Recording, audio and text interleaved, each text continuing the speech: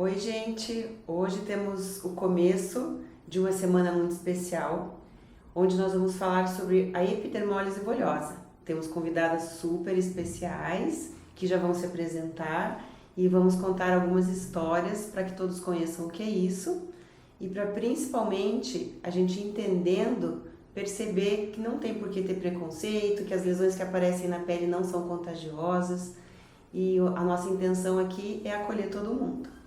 Cá, o que nós vamos falar mais? Então, acho que é importante a gente falar sobre o dia a dia, sobre como é a vida de quem tem epidermólise bolhosa, o que a gente pode fazer para ajudar essas pessoas, para alertar a população também sobre os cuidados do paciente, os cuidados da pessoa, que, afinal de contas, as pessoas com epidermólise bolhosa são muito mais do que a epidermólise bolhosa, né? Exatamente. Roberta, se apresenta pra gente, por favor. Então, eu sou Roberta, sou mãe da Tawane, que tem epidermólise bolhosa, e atualmente sou presidente da Associação Paranaense de Pais, Amigos e Pessoas com Epidermólise Bolhosa. Nós somos sócio-fundadores, né, da associação, fundada há quase 8 anos, aqui em Curitiba, juntamente com outras 2 famílias e mais alguns amigos. Então, nós nos unimos e fundamos essa associação que tem por finalidade representar as pessoas com EB, e lutar por seus direitos, por melhor qualidade de vida. Então, atualmente estamos à frente aí puxando o trabalho com a associação. E a Tawane é a nossa maravilhosa, né? Nosso personagem. Importante. Nossa convidada especial. Obrigada. Representa todos esses pacientes, né? Para que as pessoas realmente conheçam o que é. Então, você vai explicar pra gente o que é epidermólise bolhosa. Você que viveu na pele. Sim. Então, a epidermólise bolhosa é uma doença rara, nós conhecemos a EB justamente pelo nascimento da Tawane, né? Assim como a grande maioria das famílias, não tem ninguém na família, né? Salvo a EB simples, que tem uma tendência maior de já ter parentes, pessoas anteriores que já possuíam a doença, mas há uma predominância realmente de pessoas que vão conhecer a EB ao nascimento de um filho, né? A epidermólise bolhosa, abreviada por EB, é uma doença genética de deficiência em proteínas formadoras da pele, né? Dentre elas o colágeno, e aí tem algumas variedades de epidermólise, uma delas é o colágeno 7, que é o caso da distrófica recessiva, né? Em que esse colágeno ele é alterado e faz com que a adesão da epiderme na derme não seja normal, vamos assim dizer. Então, como se a camada superficial é um pouco mais profunda, não estivessem atreladas, né? Conectadas. Isso. É mais fácil disso se desprender e visualmente o que a gente tem é que a pele abre, né? Como se machucasse. Então, eu brinco assim, né, explicando às vezes para as pessoas que não têm tanta noção, né, da questão da epiderme, derme, mas como se faltasse a taxinha, né, que prende, e qualquer atrito físico pode provocar esse rompimento ou a formação de uma bolha, por isso que é bolhosa, que justamente já descolou e no lugar da bolha vem uma lesão. Mas sempre aparece bolha antes? É comum, se o atrito for mais forte, aí sim pode ter um rompimento direto da pele sem a formação da bolha. Mas a manifestação de bolhas é uma característica da doença, é bastante frequente. Karina, quais que são os outros tipos? Eu não lembro de todos, são vários, mas a recessiva é a mais grave, né? Que a distrófica. A gente tem a EB simples, a EB distrófica dominante, a EB distrófica recessiva, a juncional e a síndrome de Kindler, né, que a gente praticamente não conhece muito, e uma outra categoria de epidermólise bolhosa que é adquirida, que daí não é nesse patamar da genética, né, mas é uma doença a única autoimune, né, daí seria essa adquirida. A juncional é a gravíssima, né, e nós temos realmente um número bem pequeno de pessoas que superam 1 ano de vida, né, bebês que sobrevivem. Fora do Brasil a gente conhece, sabe, de pessoas que têm já a vida adulta até com a EB juncional, mas ela é mais exigente. Nós temos aqui em Curitiba uma criança que tem a juncional já com 5 anos, né? Mas graças a Deus está evoluindo bem. Então as crianças, né, manifestam com a pele machucada. né? Então, o que a gente encontra é que as pessoas estão sempre com curativo, estão sempre com a pele danificada mesmo, né? E eu ganhei esse presente maravilhoso, que tem o símbolo da Papeb, que é uma borboleta. Você quer explicar pra gente o que a borboleta significa? Porque a EB também é conhecida como uma doença que se chama crianças borboletas, né? Ou pessoas borboletas, porque as crianças crescem, né? Viramos adultos, eventualmente. E essa associação é porque a asa da borboleta é muito fina, é muito sensível, assim como a pele de quem tem EB. Aí por isso a borboleta é o símbolo da EB. Tão bonitinho, né? Tão delicadinho. É delicado e bonito. Exatamente. E realmente simboliza. E me conta um pouquinho, Roberta, como é que a associação começou?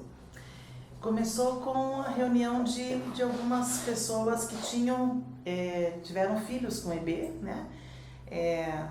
Na ocasião, a Tawane, eu era a mãe há mais tempo, né, de uma pessoa com EB. Ela era a mais velha, e aí os outros foram nascendo e foram nos contatando. E a gente começou a ver que era bacana esse diálogo entre os grupos. E aí 3 famílias, basicamente, que puxaram, vamos formar uma associação, vamos montar. Na ocasião, nós tínhamos conhecimento aqui no Paraná de 8 pessoas com EB, né? Hoje nós estamos com mais de 60, né? Até comentei com a doutora Ânia que a gente tem até que atualizar esse cadastro, porque estão surgindo outras pessoas que nós não sabíamos ainda, né? Então, em 8 anos, a gente houve uma divulgação e agora com as redes sociais também facilita que mais pessoas que têm a doença cheguem até nós, até propriamente a questão de diagnóstico precoce hoje já está se tendo um pouco mais de noção, né, de contato conosco da Papeb ou com a Débora. A doutora Janine é alguém que tem feito essa ponte também com as UTIs neonatais, né, em termos de um diagnóstico até mais adiantado. Porque o diagnóstico precoce é fundamental, né? Porque se as pessoas não descobrem, não sabem o que tem e ficam tendo lesões e elas infectam, então é muito importante que os pediatras, né, que são os neonatologistas que pegam a criança, tenham essa interação com os dermatopediatras também, para que o diagnóstico seja feito o mais rápido possível, porque os cuidados, quais que devem ser? O cuidado inicial, né, de um recém-nascido é justamente no manuseio, né? Quanto menos se manusear, o cuidado para pegar uma criança, você ainda não sabe qual é o tipo de EB que ela tem, pode ser a mais branda, que, né, tem mais resistência, mas pode não ser. Então a gente sempre aconselha, né, o cuidado para pegar pelo bumbum, pela fralda. Para limpar, né, como que faz para passar um lencinho, para dar banho. Para não friccionar. Com a roupa, a costura. A costura a gente tem até, né, o legal, aqui né, da campanha do Vire do Avesso, porque muitas mães acabam virando a roupinha do avesso por conta das costuras mais grossas, das etiquetas que roçariam na pele e já poderiam provocar bolhas, né? Então, algumas realmente, daí que veio inclusive a campanha Vire do Avesso, que a gente está aqui na semana, que foi lançada pela Débora, né, Associação Brasileira, para chamar atenção, né? Não que efetivamente tenha que virar do avesso, mas cuidar muito com as roupas de algodão mais macias, que possam não ter nada que provoque esse atrito, né? Então não colocar numa estufa, né, em locais que sejam mais quentes, esse bebê que nasce. A intubação também é algo muito complicado, porque dependendo do tipo de bebê vai ter problema em mucosa, né? E a própria intubação ela pode piorar muito a condição do neném, né?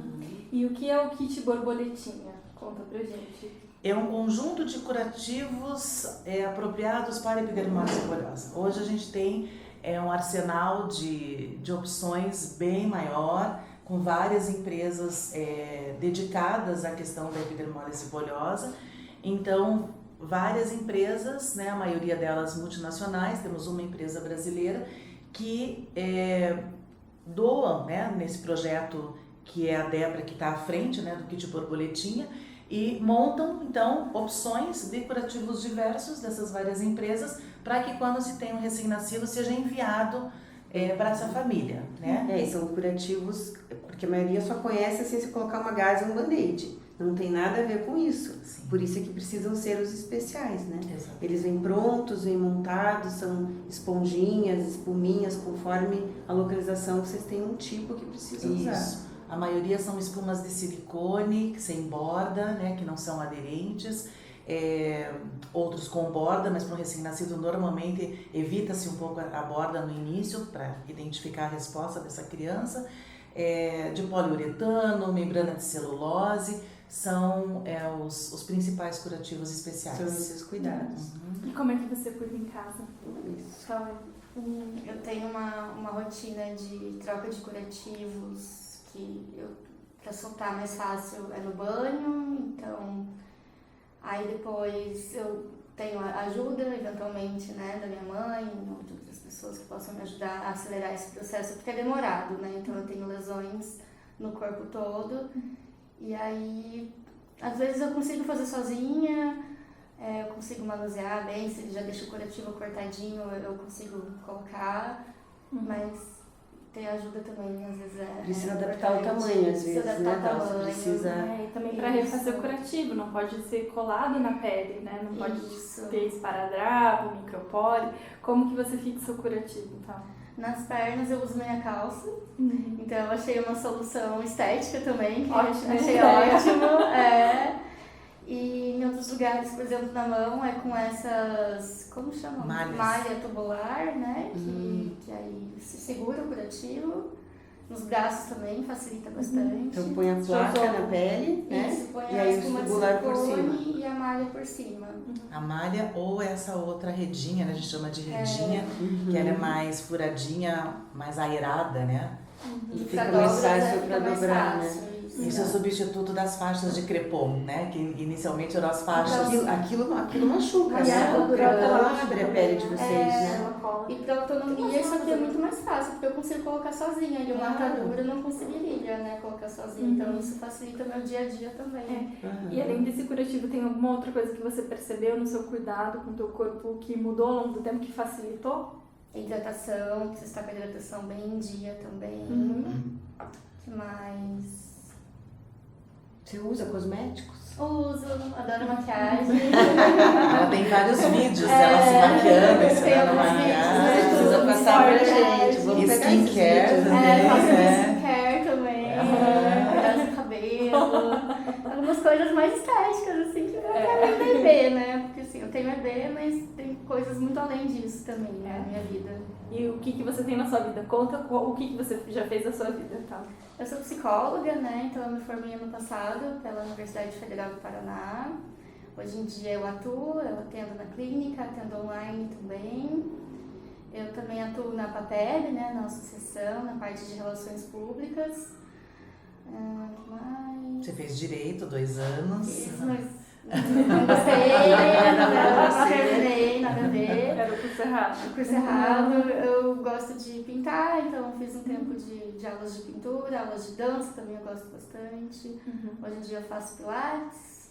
Você também escreve? Eu escrevo, eu produzo conteúdo na internet também, falando sobre deficiência, sobre capacitismo, sobre EB também.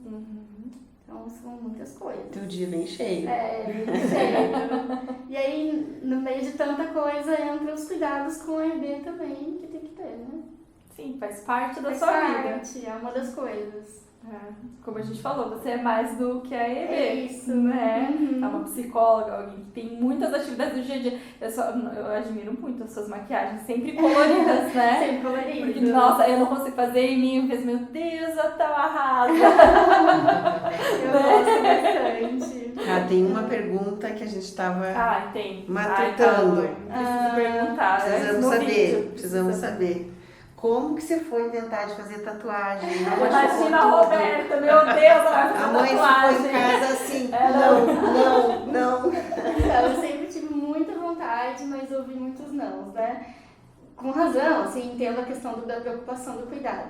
Mas aí eu vi uma moça dos Estados Unidos com EB distrófica recessiva, que é o mesmo tipo que a minha, que tinha tatuagens. E eu fui falar com ela, fui arriscar meu inglês lá e perguntei como é que ela Brilharam fez. os olhinhos quando ela viu. Há uma possibilidade. Há uma possibilidade. Daí eu coloquei o piercing primeiro, senti, vi que deu tudo certo. Daí eu falei, tá, então pode ser que dê boa. Aí eu conversei com vários tatuadores e algumas toparam, assim, e eu fui testar.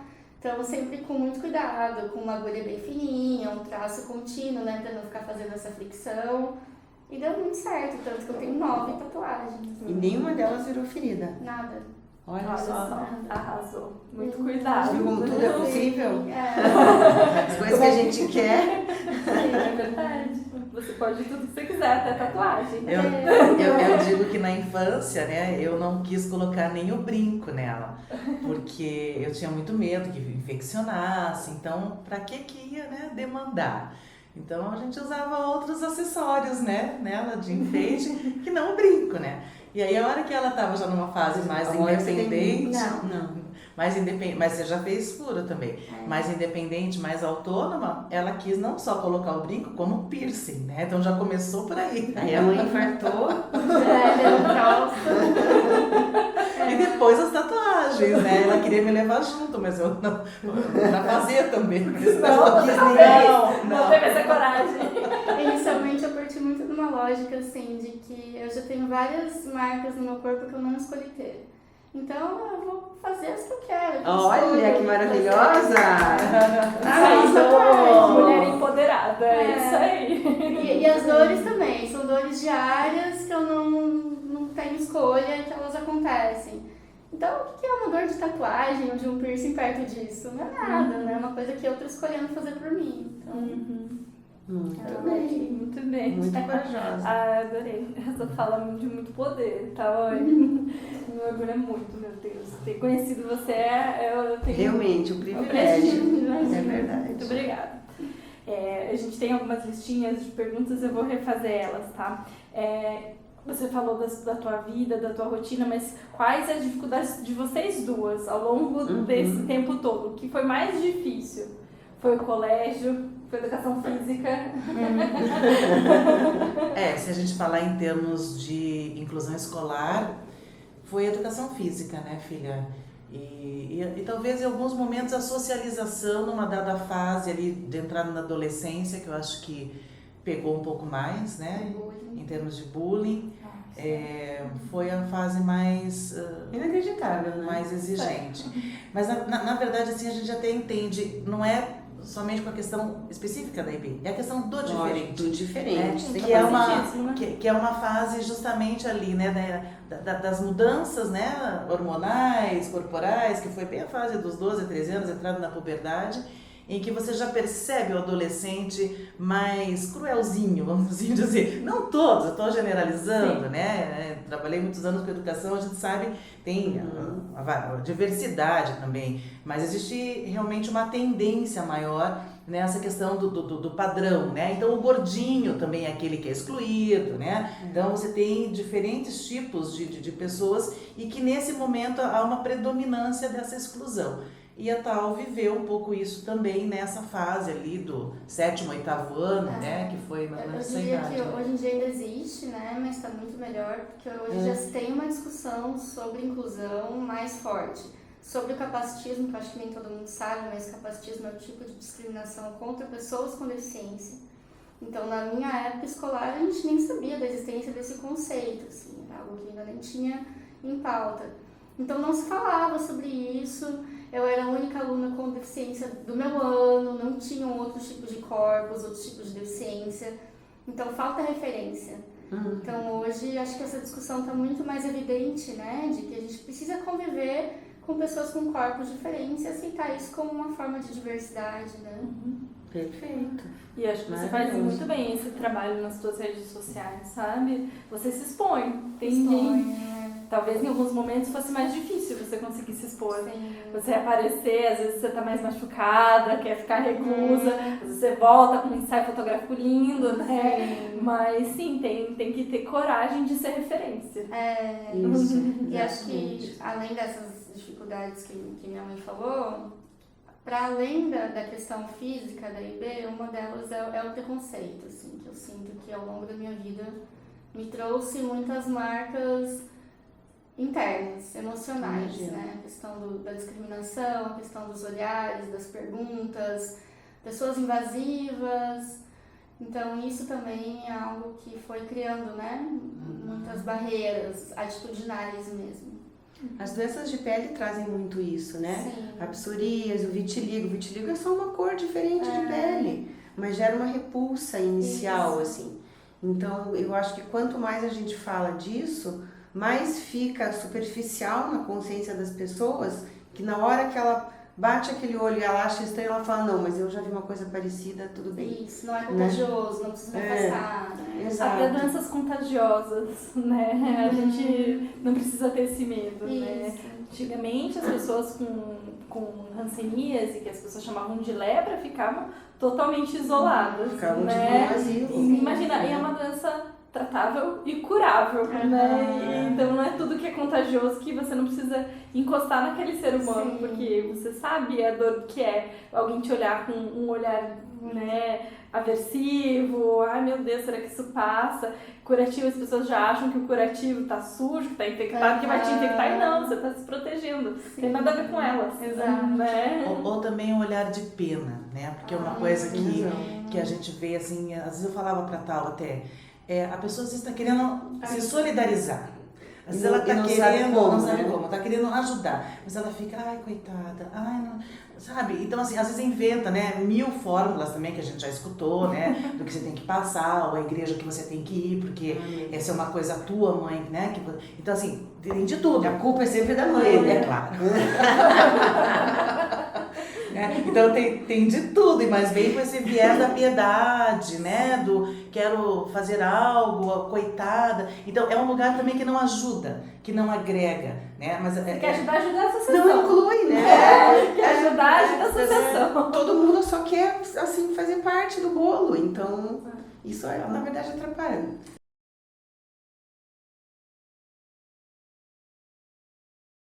Referências. E por isso é importante você ter o papel de referência. De uma mulher forte, uma psicóloga tatuada, que se maquia sozinha nas redes sociais, você é uma referência importante. Sem para as dúvida, é um pessoas. ícone. Né? Um exemplo a ser seguido. E continue fazendo isso, por favor. Muito bem, concordo, 200%. Né? Não acho que é tenho isso. pena de você. Eu sinto muito por tudo que você viveu, mas as pessoas não precisam ficar tendo pena de você, porque você tem uma vida normal dentro das suas possibilidades, mas como aqui falou, né, o normal é ser diferente, todo mundo tem alguma limitação, né? Normal é ser diferente.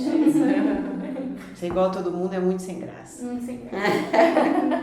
Gente, a gente quer saber como que os nossos seguidores e os outros médicos podem eventualmente ajudar a associação. Tem alguma coisa que vocês gostariam que a gente facilitasse?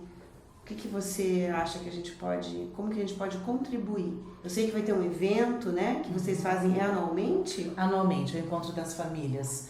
A gente inicialmente chamava de festa de Natal, mas na verdade é mais do que uma festa de Natal, porque é um momento em que a gente busca trazer as famílias também de outras cidades aqui do Paraná para estarem juntas, para se conhecer, porque a grande maioria não conhece além do seu próprio filho, né? Ou a própria pessoa não conhece outra criança que também tenha. Isso traz um certo conforto, assim, né? Tipo, eu não tô sozinha. Não tem é identidade, né? É um grupo que eu sinto que eu pertenço, né? Então, acho que esse sentimento de pertencimento é muito importante. Ali a gente traz vários profissionais, médicos, enfermeiros, estomaterapeutas, psicólogos para fazer roda de conversa com os adolescentes e adultos com EB, outro grupo com as famílias, e aí depois, claro, a integração, as recreações também com as crianças, enfim, todo mundo ajuda, porque é uma festa que a gente busca doação, ou faz rifas, a gente já buscou várias estratégias, porque a gente custeia tudo, desde o transporte das famílias que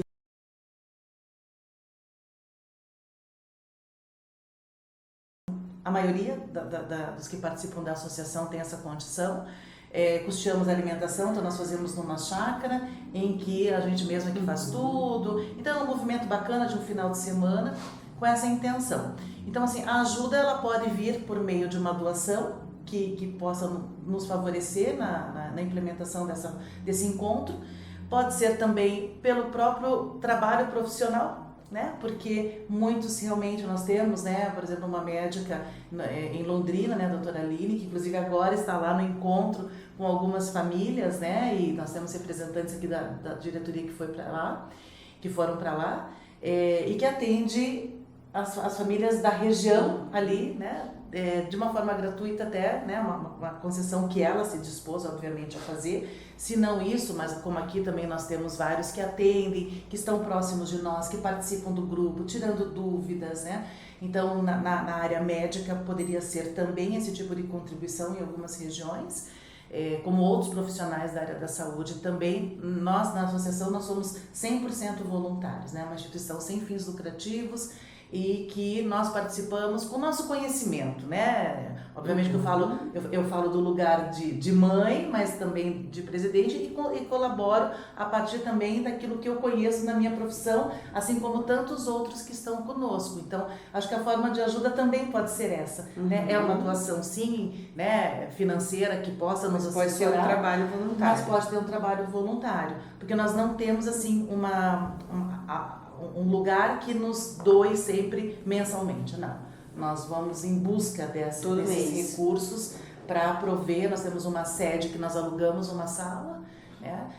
Então nós temos essa despesa, vamos assim dizer, que a gente busca doadores mensais que possam também favorecer com isso e com outros gastos que temos. E acho que outra forma de ajuda também é levando essa discussão e o assunto da IB em vários espaços, assim, porque a gente já cansou de chegar em médicos que nunca tinham ouvido falar da IB. E tudo bem, até aí tudo bem, mas se a pessoa se dispor a estudar, tá, eu vou pesquisar, eu vou dar uma olhada, mas não, a gente já, né, médicos que falam, não vou atender, encaminha. A gente já teve várias portas fechadas. Pessoas. Então falta conhecimento, falta, né, isso das identidades. Por ser raro, né? Sim. Mas assim, acho que realmente tem que trazer. E o que significa que o PCDT ainda não está em prática? O protocolo clínico de diretrizes terapêuticas para epidermólise bolhosa foi aprovado no final do ano passado pelo Ministério da Saúde. E esse protocolo contempla os curativos, todos os cuidados, antibiótico, tudo que fosse necessário. É um material assim completo no sentido de todos os cuidados que uma pessoa com epidermólise precisa ter e sugestões de curativos. Não falando de marcas em específico, mas sim dos tipos de curativos que são mais apropriados para os vários tipos de epidermólise bolhosa. Mas isso então ainda não está padronizado? Não. Se você tem epidermólise bolhosa e vai no SUS, por exemplo, não tem. Como você iria pegar um medicamento, você não consegue pegar o curativo. É essa briga, por isso que essa campanha desse ano está o PCDT em prática, porque nós já temos um passo legal dado, que é a aprovação desse protocolo. Já foi aprovado. Já foi aprovado. Só não foi implementado na rede pública. Porque agora cabe aos municípios se apropriar deles. Então, como é que a gente vai cobrar essa implementação em cada região? Para que efetivamente, sim, os postos de saúde tenham o conhecimento primeiro do que fazer, né, de como proceder, e depois ter o recurso para poder disponibilizar para as pessoas, né? E enquanto isso não acontece, como que as famílias têm feito? A maioria é judicialização. São processos judiciais. São poucas as famílias, por exemplo, no nosso caso aqui no Paraná, que nós sabemos que tem um plano de saúde. Quem tem plano de saúde entra pelo plano de saúde. O plano de saúde contempla esses curativos. Mas é a minoria. No nosso caso aqui, é a minoria que teria essa condição. A maioria vai para o Ministério Público, para a Defensoria Pública, para requerer os curativos, né? Passar por perícia médica, enfim, e aí por processo realmente entra em caráter de tutela antecipada, em caráter de urgência, porque é urgente, né? Enquanto isso, nós, enquanto associação, a gente consegue colaborar ali com amostras, buscando o contato que nós temos com as empresas de curativos, né? Ou às vezes um ajudando o outro mesmo, dando um pouco essa assessoria imediata, né? Mas eu acho que o nosso papel enquanto dermatologistas, né, Karina, é levantar realmente esse assunto, levar para todos os nossos associados da nossa sociedade brasileira regional Paraná, para que eles também espalhem para os seus pacientes e para as suas redes, porque é uma forma disso cada vez, né, chegar a mais gente, assim. A gente vai inclusive passar os nossos materiais para os outros estados, porque eu não vi se mais alguém fez essa campanha. Não. As outras regionais de dermatologia ninguém fez. Então a gente vai... E acho que é o ponto que você falou, dos próprios médicos terem Isso. algum tipo de contato com Entende? isso. E tudo bem, às vezes você não... eu sou especializada em tal área, eu não me especializo nisso, mas eu acho que o acolhimento é muito Lógico. importante, né? Você pode não ser expert em uma doença rara, mas acolhe o paciente, vá atrás, isso faz já muita diferença na vida de quem tem, né? Você se sentir acolhido. Vamos disseminar a informação, que é o que a gente pode fazer. Isso aí. Você quer falar mais alguma coisa? Você que é a nossa estrela? Não, agradecer só por esse espaço, né? Pela ideia de vocês, essa sugestão, acho que é muito importante mesmo. Obrigada. Que bom. Que bom. Muito obrigada. Sempre mulheres. Muito obrigada.